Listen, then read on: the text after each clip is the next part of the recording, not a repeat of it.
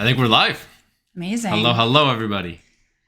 So good afternoon. Yeah, so we did a lunch and learn actually in one of our groups recently, and we got a lot of good feedback on it. So we figured that we would spread a lunch and learn to more people and do it on our regular. I just got the notification. We are live. Dakota Barker is live on Facebook. Yeah, we did it. Achieved. So we wanted to start doing more of these regularly, and hopefully, if you guys enjoy it, let us know. Of course, if there's any topics that you want us to talk about, let us know. We're really going to pick topics from things that we've discussed with like investors recently, our students recently, maybe just some questions that we've gotten. So that's what we're going to base our these lunch and learns on. Hopefully we'll do them a bit more regularly. But yeah, sometimes we come out of discussions and we say, you know what, that would actually be a really good topic of conversation for a wider audience. So yeah, I think this is a good platform for it. I think so too. So I will say we do have slides. We don't want to do like a presentation. The slides are really to make sure that we kind of stay on track, because we can sometimes go off and discuss other things that aren't as relevant. Yeah, more talking points for us, yeah. I think. So the idea is not to do a presentation. The idea is to, I guess, make this more casual. We'll kind of do our back and forth bantering. If you have something that you want to add or any questions along the way, throw it in the chat and we'll kind of address them as we go. Or if we miss it, maybe at the end, we'll do what we can. Yeah. But this is really meant to be pretty casual. Yeah. So absolutely. Yeah. We have comments coming in actually. Hi GD. Hi guys. Hi Milena. It's good to see you. Milena, you made it. That's good. All right. So I'm going to start the slides. Hopefully you guys can see this. Yeah. We're just going to talk about passive investing and what is private lending and what is equity partnerships. Where does it fit? Mm-hmm. Where does it make sense? Who is it for? What are the differences? These really are the two, I'd say, big categories of passive investing in real estate. Mm-hmm. So obviously there's kind of different subcategories within these, but I'd say these are kind of your two big headings when you're talking about how do you passively invest in real estate. Yeah. So we'll get into kind of the ins and outs of the two of them, but yeah, if you're not really sure where you're going to fall in the passive investing world, hopefully this helps you kind of decide which route you want to go down. Maybe you want to diversify amongst the two of them, and then some things to look out for when you're doing either of them. Yeah, and not only if you're a passive investor, but if you're looking for passive investors for your deals, what is the best way to raise that capital? Is it through private lending? Is it through equity partnerships? Mm-hmm. Hopefully we can answer some of those questions. And guys, like we said before, if you do have questions, throw them in the chat right away. We'll be happy to answer them. We'll be monitoring it a little bit here. Yeah. So why do we get into it? Let's go. Before we do any of these, we always have a disclaimer just to make sure. So really these discussions are from our experience. We are not giving advice. Yes. So we aren't lawyers, accountants, financial advisors. This is from our experience. So if you do plan on pursuing something in the real estate space, especially if you're going to be doing some passive investing, make sure you have a good team to help you figure out what's best for you. So take this information, but make sure you have your real estate team around you to make sure you're doing it correctly. So we talked about this already. There's two really major categories, private lending and equity partnerships. So we'll just dive right in. Yeah. So what is private lending? Essentially, it is getting a fixed return for a dollar value that you provide. Yeah. And like we talked about, within these, there's going to be different subcategories. So one of the big subcategories under private lending is whether you're going to be secured or unsecured. So do you want to chat a little bit about what the difference between those are? Mm-hmm. So secured being your money is tied to the property. So it can be secured in first position. That would be like your typical A lender type mortgage. Usually that's in first position. You can go second position, third position. I think you can even go beyond that depending on how risk averse you are and the type of project. Yeah. And then obviously you have unsecured. So that's something like, I know the word promissory note is tossed around a lot. So that's your unsecured private lending. So really you're not secured against an asset. It's basically a promise that you are investing this much with this person where for this amount of time, and they're going to pay your money back with your return. So there's no security in that. You're really just lending without it secured. One thing that I've actually found is people will do promissory notes and say in the promissory note that it's secured against a property. If you didn't go through a lawyer and actually get that secured against title, it's still considered unsecured. So don't let the wording in the promissory note confuse you. Yeah. Always talk to a lawyer and make sure. Yeah. And really this comes down to, I think, the types of projects and your relationship with the person you're investing with. Absolutely. I know a lot of people don't really like the unsecured space because really that's your highest risk, right? If you're secured, yes, you could be first, second, third, fourth, and your risk really gets higher and higher the further you go from first position. But at least you're still secured against the asset. So there's still a chance that if something is to happen, they sell that asset. Obviously, they pay first position first, second position second, and further down the ladder. But at least you're secured against the asset. Yeah. So you have a bit more, as it says, security that way. Unsecured, you're really relying on your relationship with that person and the deal itself, and hoping that all goes well. Yeah, some other risk factors to really consider when it comes to private lending is, what is your loan to value? And are you going up to 100%? Are you keeping it below that so there's a little bit of a buffer? Are you going beyond 100%? Maybe these funds are meant for renovations that are actually taking it beyond its current loan to value, and you're relying more on the after repair value. I know that's pretty common in the flip space.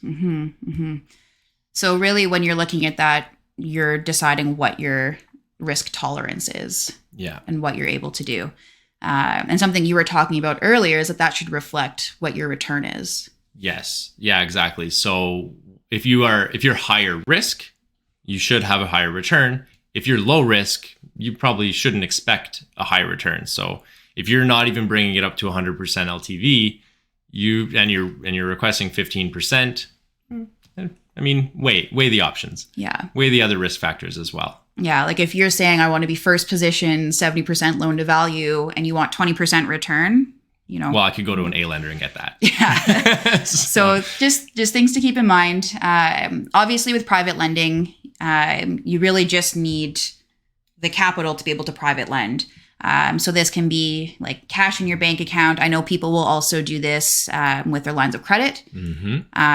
So say you have especially in the HELOC space where you have a lower interest that you have to pay. Maybe you're at 7%, which I think is kind of where a lot of HELOCs are at right now.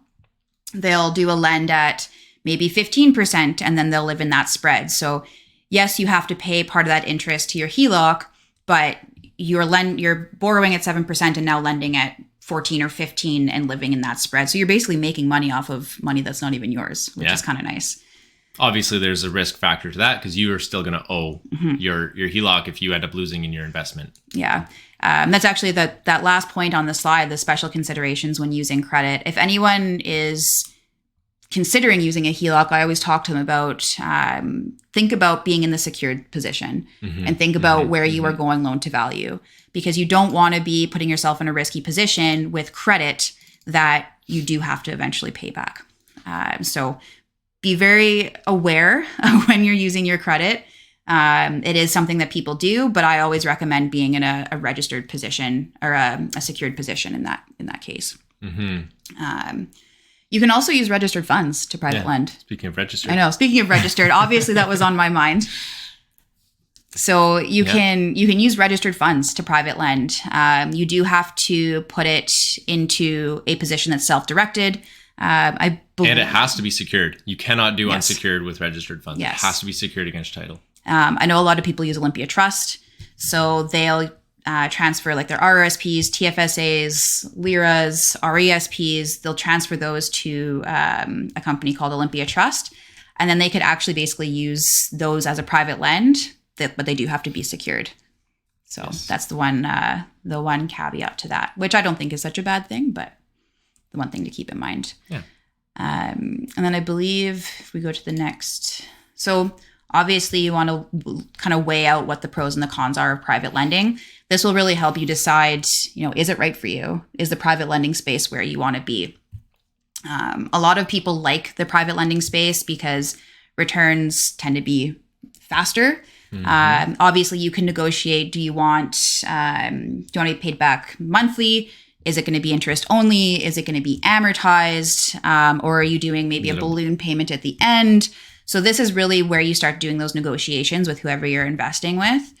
But in the end, you typically get your returns actually in your pocket faster. So there's faster turnaround of money typically. And obviously your returns are a bit more predictable, right? Like, well, you're defining what your interest rate is going to be at the beginning when you're lending the money. So you know what that rate is. If there's a default, that's a different story. That's really boiling down to the risk factor, but you know what that return is. Yeah. And that's all part of that negotiation when you start. So you're going to be negotiating what's your return. So that's your basic, 10, 15, 20%, whatever that looks like. How is it going to be paid back? So like we said, is it balloon payment? Is it a monthly payment? Is it amortized? Is it interest only? And then you'll be talking about the length of time. So are you doing a lend for 6 months? Are you doing a lend for a year? Are you doing a lend for 3 years? Is it open term or closed term? Yeah, exactly. So these are all things that you'll discuss with whoever you're doing the private lend with. But it obviously gives you some flexibility, and you're very clear on what those terms are going to be and what your returns are going to be and when you're going to get them. So it's quite predictable. And then obviously on the con side, so there are still some things to consider when you are getting into the private lending space. So one of the things that we hear a lot from private lenders is that they're going into this thinking that they're going to be very, very passive. And then they're like, why is this private lending thing so active? Because if you think about it, one of the benefits is the faster turnaround of money. But if you're having your money come back to you every 6 months. Now you have to find a new project to put that money into. So that part of it's very active. Yes, you're passive in the sense that you're giving to somebody and they're doing some renovations. You don't have to worry about that part. And then you'll get your money back. That part's passive. But like Dakota said, if it's every 6 months, then you now need to find a new project to put your money in every 6 months. Mm-hmm. So we hear that a lot from private lenders that they're like, I wasn't expecting this to be quite as active. Mm-hmm. So that's always kind of interesting and something to think about is, do you have the time to be kind of constantly figuring out what the next project is, doing those negotiations and that kind of stuff. Vetting investors, vetting the projects, really understanding what you're putting your money into. Yeah. And then in the real estate space, a lot of people get into this space because there's multiple profit centers in real estate. Mm-hmm. So you have your cash flow, you have your mortgage pay down, you have your passive appreciation, you have your active appreciation. There's also your depreciation and some other stuff that I'm not an accountant. I don't get into the depreciation stuff. Tax strategies. Yeah, that's not my realm, but it exists. So a lot of people get into the real estate space because of that, because there are multiple profit centers in real estate. The one thing with private lending is because you don't actually own the real estate, you are really lending against the real estate and then getting your funds back. You don't actually own a piece of the property. You don't own equity. So you don't see any of those profit centers. Yeah. You just get your fixed rate of return. Yeah. So it's something to think about is if you're really looking to own assets and grow wealth and that kind of stuff, the private lending space may not be where you want to live. And because of that, because with all the profit centers, you tend to get a higher overall return on investment. That's not the case in the private lend space. So you're really, like we said, your returns are very predictable. You're negotiating that at the beginning, but your overall return on investment tends to be a little bit lower because you're not taking advantage of all those strategies. Mm-hmm. Your return comes back to your pocket because if you own the asset, sometimes that's on paper. You don't get that right away. Mm-hmm. But in this case, the overall return might be a bit lower. So some things to think about in the private lending space. Again, keep in mind that we're not saying that one is ever better than the other. It's really up to what you want out of your funds. What are your goals? And maybe you do a bit of both. Maybe you decide that one is better for you at different stages of your life. So we're not saying that one is better. Yeah. And on the flip side, for those that are raising capital and looking to do private lending versus equity partnerships, can the deal itself afford to service more debt, right? When you have an equity partner, you're not paying them an interest payment on a monthly or annual basis, whatever. That's for the private lending space. Yeah. So I think that's a pretty good overall review of private lending. I don't see any questions right now coming from a private lending perspective. Yeah, if you guys are just tuning in, feel free to throw your questions in the chat throughout. This isn't meant to be like a big presentation, although we do have slides. It's really just for us to have some talking points. To keep us on track, because we'll go off into space and we'll never come back sometimes. Yeah. So why don't we, I think next is a bit of an example of maybe some of the terms that you'll be looking at. We kind of talked through these a little bit, but these are some of the words and some of the discussions that you're going to have as a private lender when you're getting into a private lend. So this is an example for registered funds, but this is still transferable if you're going to be doing cash, if you're going to be investing with a HELOC, whatever that may be. So like we had already discussed, the registered funds do have to be in a self-directed account, and that's through Olympia Trust. And these are some of the terms that you're going to be looking for. So what's the position? What position are my funds being secured in? So in this case, we're securing them against land. So that's the asset. The land is the asset. And they're being secured in first position. So this is one of the first questions that you're going to be asking, because this is going to help you decide what your initial risk is going to be. Yeah. It's all risk versus reward. Yeah, exactly. And then they'll talk about, how much. So how much are you going to be investing? So for example, $250,000, you're going to be investing it for X number of years. So that could be 2 years, that could be 3 years, that could be 3 months for whatever makes sense for the project. We've seen it in weeks. We've seen this type of a thing. Usually it's not secured. Usually it's unsecured if it's only a few weeks. But typically it's not registered funds either. Typically that's cash, but it really depends on what makes sense with the project and with the investor that you're investing with. And then you'll talk about what your percentage is. So it's Y%. And in this case, we've said it's an annualized return. So you want to make sure, is that your percent monthly? Is that your percent for the year? Again, some things to make sure that you put down before you get into it. And then, of course, you're going to want your exit. This is a huge deal when you're talking about private lending. So how are they actually giving you your money back? Yeah. What is the plan to get the entire amount plus your interest back? Yeah. So in this case, it's land. So we're exiting with a construction mortgage being put on the property. So that's what's going to pay out the registered funds. So you want to know, like, how am I getting my money back? Yes, I'm investing Often it's either a sale or a refinance as well. Yeah. I guess putting a construction mortgage on a property is similar to refinance. Yeah, exactly. So how is your money being pulled out of the property at the end? Yep. So that's really important. Some things you want to consider: do they have multiple exit strategies? Do they have one ideal plan, but then do they have some backup plans, right? Because that can also determine what your risk level is. If there's only one plan to get that money out and it comes to removing that money, and that plan doesn't come to fruition, then there's that piece of risk, right? You want to make sure in most scenarios that there's either a really solid exit plan or there's multiple exits. When we're talking about land, usually there are multiple exits, which is nice. Yes. that's a whole other live, I think. Yeah. So this just gives you an idea of some of the discussions that you're going to be having when you're discussing a private lend with a potential investor. Moving on, equity partnerships. Yay, equity partnerships. This is actually ownership in the property. So you are now partnering with whoever it is that's kind of bringing you into this deal. If you're the passive investor. Yeah. So normally what they'll say is investing this amount of capital is going to get you this percentage ownership of your asset. And that's essentially, like, if you think about it, that's almost what you're buying is percent ownership of the property. And that's really your security as well, because you are going to be, depending on what type of agreement you have, it's going to show how much of that property you own. And that's essentially what your security is that you are a part owner of this property. Like we talked about before with real estate having multiple areas of income, you're going to be looking at an overall return on investment. So this isn't like you're going to be getting 15% on your capital annualized, and this is going to be returned at this point, you're going to be looking at an overall return on investment. So that's going to be based on, again, the cash flow, mortgage pay down, and your appreciation. So, and of course, that's dependent on the project itself, what those returns are. So they're typically projected. And like we touched on, with the return on investment, you have things like mortgage pay down and you have things like appreciation. So those aren't necessarily things that are going to be in your pocket at the end of the month, at the end of the year. Typically, the returns on paper. Yes, those are going to be returns on paper. Those are going to be kept kind of in the equity of the asset.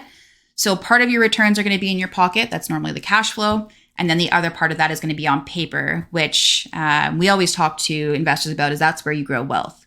Yes. Is that actual equity, is that ownership, and that return that's on paper that you tap into through either refinance or through the sale of the property. I think we have some pros and cons for equity as well. Of course, there's always pros and cons. And this is not to say that one is better than the other. This is just to show you that they're different. They are different, and there's a place for each one, right? Some deals just can't take on more debt, and equity partnership might be the better move. In other cases, you can try and do it all on your own. You maintain 100% ownership, but there's a higher interest rate that you have to pay for that usually. Yeah. And from an investor's perspective, it's what makes sense for you and your capital. Yes. And what are your goals with your capital? Yeah. If you're trying to build wealth, it's harder to do it with private lending, and easier to do with equity partnerships because of that ownership and because it's usually a longer term play. Mm-hmm. So obviously, like Jeff just mentioned, there's a lot of wealth generation when it comes to actually owning the equity. And the nice thing with real estate is you have equity in a tangible asset. Mm-hmm. So we like, and this is why we got into the real estate world, we like to be able to go and like hug our assets and maybe kiss our assets and love our assets.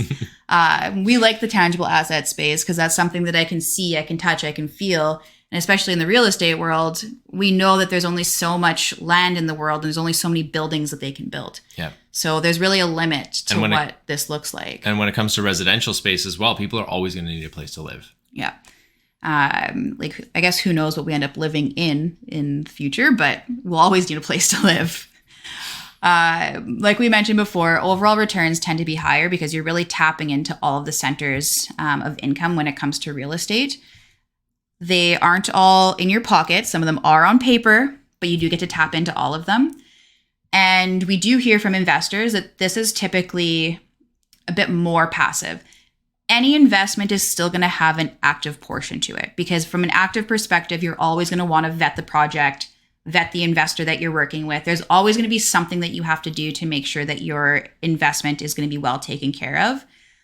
When you're investing for an equity position, though, it tends to be a bit more passive, especially if you're doing something that's longer term, because you're not turning your money over every 6 months or something like that. It tends to be a longer play.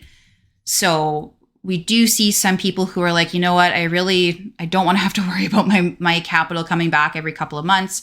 I like the idea of wealth generation rather than fast money. I'm going to do more of an equity position. That would be more of a capital preservation play if we're talking about terminology. Yeah, exactly. Mm-hmm. I also we sent out, if you're on our mailing list and got our newsletter. By the way, if you're not, you should be. You should be. But we sent out a newsletter this morning. And it also talked about how equity partnerships can mitigate a lot of risk, which we don't have on here, but they can actually mitigate quite a bit. Yep. Because you're spreading some of that risk amongst kind of all of the partners. You don't have one person that's now responsible for the entire property and making sure it functions. You have a group of people that have, they really want the project to succeed because that's what their returns depend on. Yeah, I like the term, or the saying, win together, lose together. Mm-hmm. That really defines an equity partnership. Yeah. So it kind of reduces the risk on the one single person and spreads it among others. And you're also able to tackle bigger deals and bigger opportunities when you start to you're pooling your resources together and you're able to get into something much bigger than what maybe one person could do on their own. Exactly. So there's a lot of pros that come with equity partnerships. obviously, like we like the idea of working with people and growing with people and tackling bigger projects. So our preference is the equity partnerships. But again, this doesn't mean that one is better than the other. This is just where we're at right now and what we like to provide to our investors. That being said, there's always a place for private lending, and when we were doing single family home flips, we were using private lending to do that. So that was a good fit for that because they were faster projects. It was very, very active. Yeah. Obviously, there are still some cons to equity partnerships.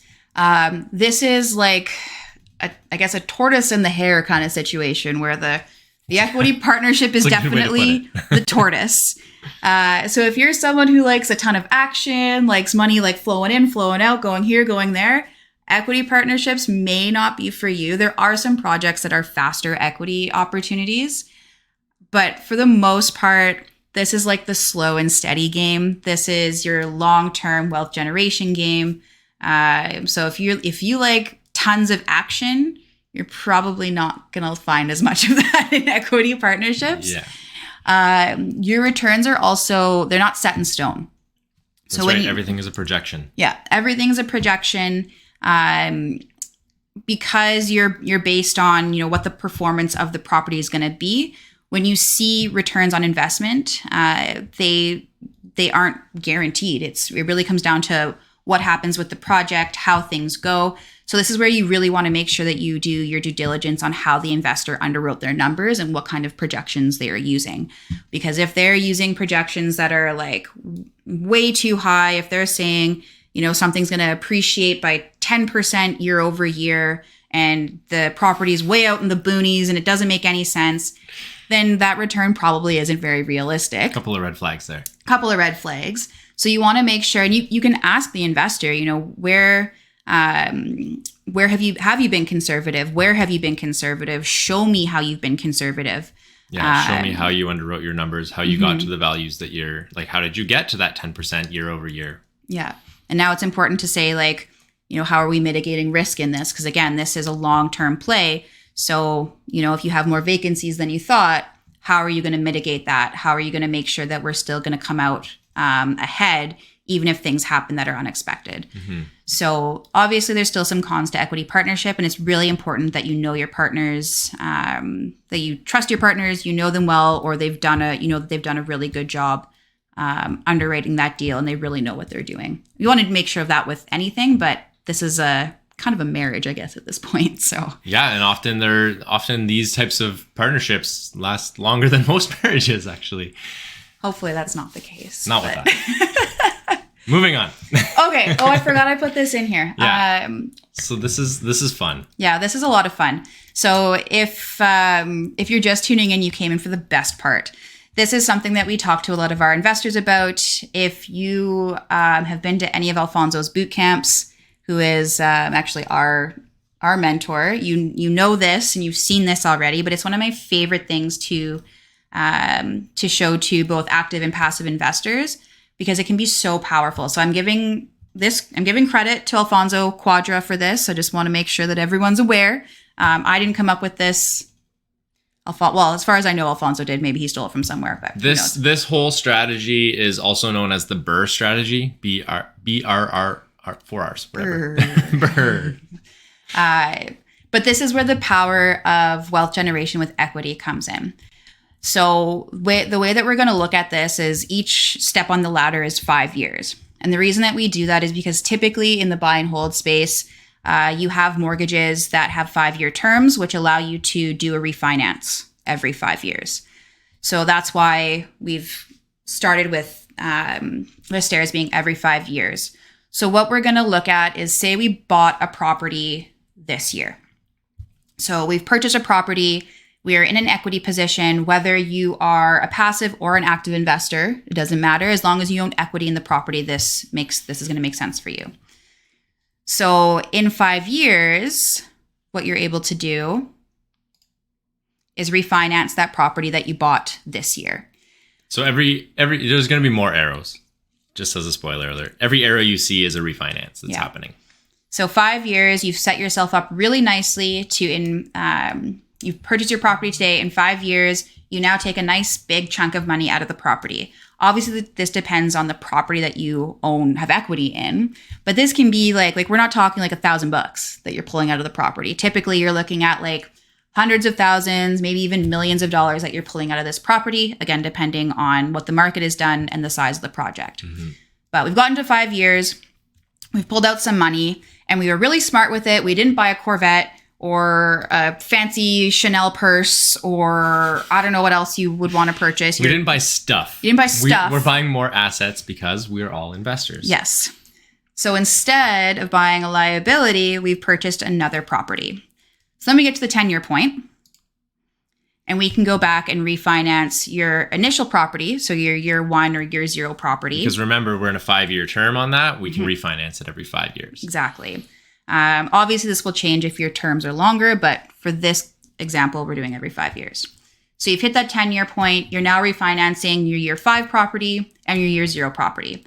And remember, again, we're not talking thousands of dollars here. We're talking hundreds of thousands of dollars, maybe even millions of dollars. And now you're doing it on 2 properties. So say now you throw that into, maybe because you've gotten 2 big chunks of money, you throw that into an even bigger property. You get to year 15. Boom. And now you're refinancing your year 0, your year 5, and your year 10 property. So you're pulling out nice big chunks of capital from 3 different properties at this point.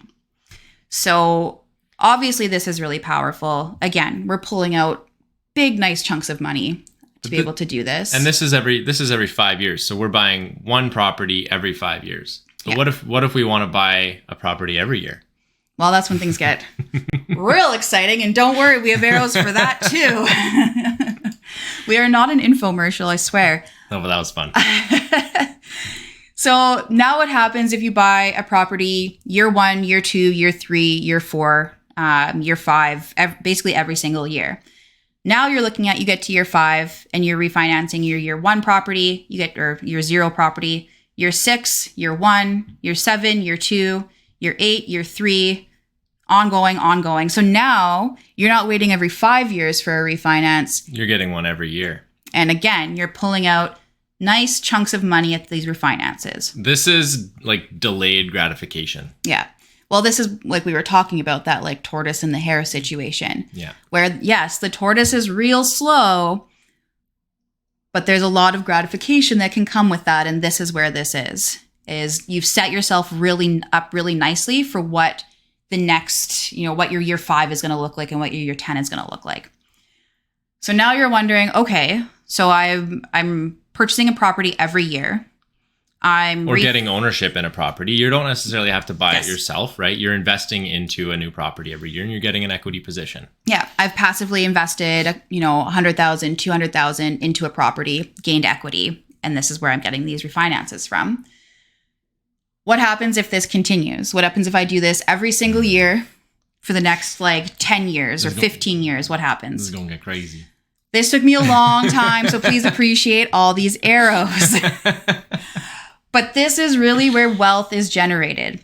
So I can't even explain all these arrows. But if you look up to year 15, we can just start with 15, really, right? 15, you're going back. We mentioned this one already. You're refinancing what you did in year 0. We'll call it. Yeah. And then you're also refinancing what you did in year 5 and year 10.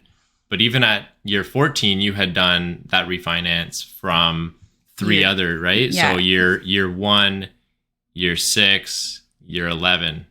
Yep. Which the arrow is not there. Oh, actually, yeah. no. I might have. I think it's actually. Just missed those it's out. ones, No, it's okay. out here. It's out here somewhere. I got a little lazy. It's okay. But you can see that this can really if you set yourself up nicely in the next 5 years, this is where things can really explode. Yes. If you're owning equity in a property, and this is where that delayed gratification. Yes, you may not see a lot between now and year 5, but once you hit year 5, you're seeing these massive returns every single year. You're refinancing every year, or maybe you got equity in a couple of different properties every year and you're refinancing every couple of months. This is where you can really tap into that wealth that you've generated. Mm-hmm. And the nice thing is in Canada that and this is the crazy part. This isn't a big secret. I didn't I don't know, I didn't revolutionize this, but in Canada, a refinance is not a taxable event.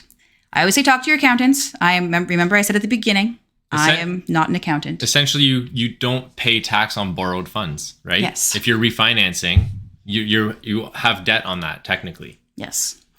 So this is where this can get really powerful. Of course, when you go to sell the property, that's where your taxable event happens. But if you plan to hold a property for a really, really, really, really, really long time, then this is where this becomes really powerful. Like in this. Yes. Little shameless plug. We have an opportunity. We do have a 24 unit buy and hold opportunity. Yeah. So this is actually the perfect example, I'd say, of what that last wild arrow slide is going to look like, because this is your tortoise. We plan to hold this property for a minimum of 20 years. Yes. This is a legacy piece. Yeah. So this is an equity opportunity that we have for investors right now. And what we wanted to do is we're not going to get into the specifics about this. Obviously, if you're interested, if you want to build wealth like we just showed on the slide before, reach out to us. We can chat specifically about what this property and this project look like. But I wanted to go over, again, just like we did with private lending, some of the terms and what you're going to be talking to your active investor about. So there's always, or not, I shouldn't say always, there's no such thing as always in real estate, but typically... No, there is such thing as it depends. There's a big, it always depends. Every specific question needs to have an it depends as the answer. But typically, there are a couple of things you're going to be talking to your investors about. You're going to get far more in depth than this, but this will give you an idea of some of the things you're going to touch on. So you're going to have a minimum investment, and that is typically going to equal a percent equity ownership of the property. So say, you invest your $200K into the property, it's going to give you a certain percentage ownership of that property. So that's something good for you to know, because you can start to look at what your specific returns are going to be in that property. Because normally what someone's going to show you is the overall return on investment for the property. You can kind of get a sense of what your actual return is going to be based on how much the property you own. And then obviously the investor is going to give you your projected return on investment, like I just mentioned. Keep in mind, again, this overall return on investment has a lot to do with what we saw on the last side and less to do what's going to be in your pocket every month. Yeah, it's based on cash flow. You can figure out what your cash on cash is based off of what your actual investment was. But then what's on paper, your mortgage pay down, your passive appreciation, your active appreciation. Yeah. And that the mortgage pay down and the two appreciations, that's where you're pulling those out of those refinances. So that's the amount that you're pulling out that every 5 years.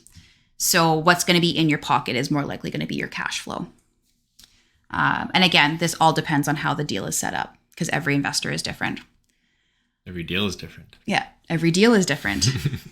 And then what they're going to show you is a projected return of your initial investment. So again, this is projected. This is not something that's guaranteed. But they're going to tell you in this number of years, you can expect to have your initially invested capital back. So these are some of the terms that you want to make sure you have discussions about with your investors. I always like to talk about what's in it for the investor. So what does the investor get? When does the investor get their money back? And what are the risks for the investor? So those are really the three big things that I want to make sure that any passive investor that's investing with us is well aware of. Yeah. Those are the three biggest questions that most passive investors will have as well. Yeah. And what I have a lot of discussions about investors with is that there is no such thing as a guaranteed return, ever. It doesn't matter if you're doing a passive invest or a private lend or you're doing an equity position. There's no such thing as a guaranteed return, because something can go sideways and bad things can happen. Mm-hmm. So what I always suggest is make sure that you know the person that you're investing with well, and they have good character. Because something that I always talk to the investors about, and I think you've talked about this as well, is there's no guaranteed return, but the one thing I can guarantee you is that I'm going to treat your capital as if it were my own.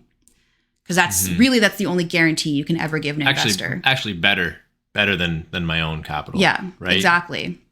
Yeah, that's true. Even better than my own capital.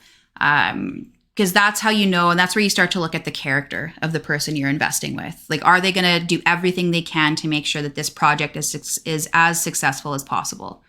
So yeah, just some things, I guess, to think about when you're talking to some investors. I don't know if you have anything else to add to that. No, I think you pretty much covered it. Okay. Yeah. Perfect. I think that brings us to the end. Dakota learned how to do a QR code, so it was a big day yesterday. Everybody get your phones out. And where does that bring them? Our website, I think, to our right? website. Yeah, it brings them to our website. You can also check out our YouTube, and you should subscribe to our YouTube as well. Oh yeah, I don't have our YouTube on here. But yeah, stuff like this gets put on there. So yeah, so check us out. Use the QR code and check out our website. But obviously, you can find us on Facebook. You can find us on YouTube, Opinacon Investments. And like you can use that to book a time in our calendar, actually. Yeah. If you want to learn more about private lending or equity positions, if you have more questions that you didn't get to ask during the presentation today, but you wanted to talk more about anything, please book a meeting with us. We'd be happy to chat. And like we mentioned in the last slide, we do have some opportunities right now for equity partners. So if something in this sparked something inside you and you're like, yes, that equity sounds really cool, we do have some opportunities from that perspective, but we always have different opportunities. So even if equity isn't for you, private lending is, but we haven't connected, we'd still love to connect because you never know what's going to happen. Yeah, and it's good to understand what goals you have as an investor, because maybe we can find a project that will fit those goals as well. Yeah, exactly. So any questions, feel free to reach out. We'd love to connect. And if there's any other topics that you think would be really useful, we'd be happy to jump on another lunch and learn. We're going to try to do these a bit more often. So let us know, give us some feedback, and we'll continue to do these. Hopefully you guys enjoyed this. Yeah. All right. Have a good rest of your day. Bye, guys.